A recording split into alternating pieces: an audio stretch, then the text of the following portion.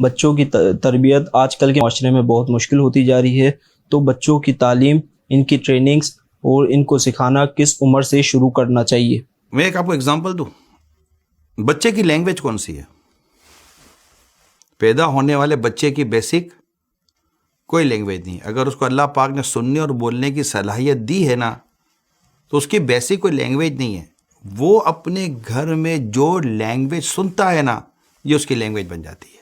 تو بچہ سننے، دیکھنے اور پھر اس کو ایکشن میں لانے کی اس کے اندر کب قابلیت اور صلاحیت پیدا ہو رہی ہوتی ہے، یہ پیرنٹس کا کام ہے. جیسے کہ آپ کو ڈاکٹر ایڈوائز کرتے ہیں کہ اس کو 3 مہینے کی عمر تک یہ دیں، 6 مہینے تک عمر تک یہ دیں، 12 مہینے کا ہو جائے تو یہ کھلائیں، 1.5 سال کا ہو جائے تو یہ کرائیں، فلاں ہو تو یہ پہنائیں، فلاں ہو تو یہ کریں. آپ کو اس کی پوری ایج کے ساتھ ساتھ اس کی آپ کو چیزیں بتا دی جاتی ہے. اسی طرح اس کی تربیت کے بھی مراحل ہوتے ہیں. تو آپ اس کو اپنے ساتھ رکھیں. آداب اور تمیز، ان دونوں کا آپ اپنے ساتھ رکھیں. جو ایک آداب و تمیز کی جو ایک ڈیفینیشن ہے، اور نیکی، عبادت اور اچھے اخلاق، اچھے کردار کی جو ایک ڈیفینیشن ہے، آپ اس کو اپنے ساتھ رکھیں. بچے کو اپنے ساتھ رکھیں. بچہ دیکھ کر کرتا ہے، سن کر نہیں کرتا. موسٹلی بچہ ایکشن کو فالو کرتا ہے، لسن کو فالو نہیں کرتا. تو آپ کا جو ایکشن ہوگا اس سے وہی بچے کا ری ایکشن ہوگا.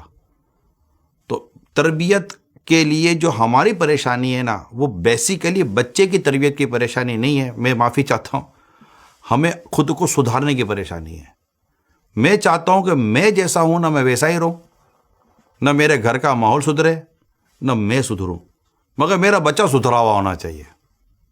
یہ مطلب تھوڑی سی نہیں، ٹھیک ٹھاک مشکل بات ہے. یہ کیسے ہو سکتا ہے؟ آپ خود کو بدل دیں، بچہ بدل جائے گا. گھر کا ماحول بدل دیں، بچہ بدل جائے گا. موسم بدلتے ہیں، ہمارے کپڑے بدلتے ہیں. موسم بدلتے ہیں، ہماری غذائیں بدلتی ہیں. دوسری چیز آتی ہے، آپ اپنی اولاد کو ایز اے ایجوکیشن کے لیے کس کے سپرد کرتے ہیں، کیونکہ ایک وقت تک وہ آپ کے پاس ہے، ایک وقت کے بعد وہ آپ کے گھر کے باہر کسی کے ہینڈ اوور ہے. وہ سلیکشن آپ نے کیسا کیا ہے، پھر اس کی گیدرنگ کیا ہے، اس کے تعلق سے آپ نے کیا اس کی تربیت کی ہے. تو میرا خیال ہے 3 یا 4 چیزیں رکھ لیں تو وہ اللہ کی رحمت شامل آ رہی تو وہ چپ کر بھی غلطیاں نہیں کرے گا، کیونکہ خود اس کے اندر آپ کا خوف نہیں، آپ کے رب کا خوف ہوگا.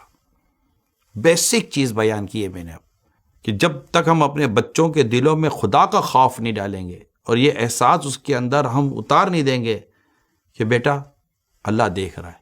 میرا تو مشاہدہ ہے کہ جن کے گھروں میں والدین جو بڑے تہجد پڑھتے ہیں، راتوں کو اٹھتے ہیں، ان کی اولاد بھی تہجد گزار ہو جاتی ہے.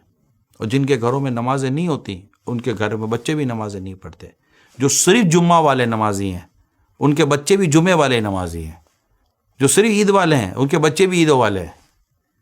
جو ناچنے کودنے والے ہیں تو ان کی اولادیں بھی ناچنے کودنے والی ہیں.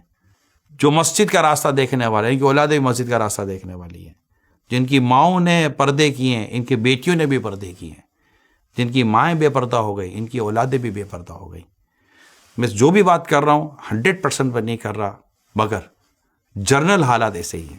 مجھے لگتا ہے کہ اگر آپ نے میری بات کو ٹھنڈے دل سے اگر سوچا، سمجھا اور اپنے اوپر آئی ہوئی بات کو آپ نے ایک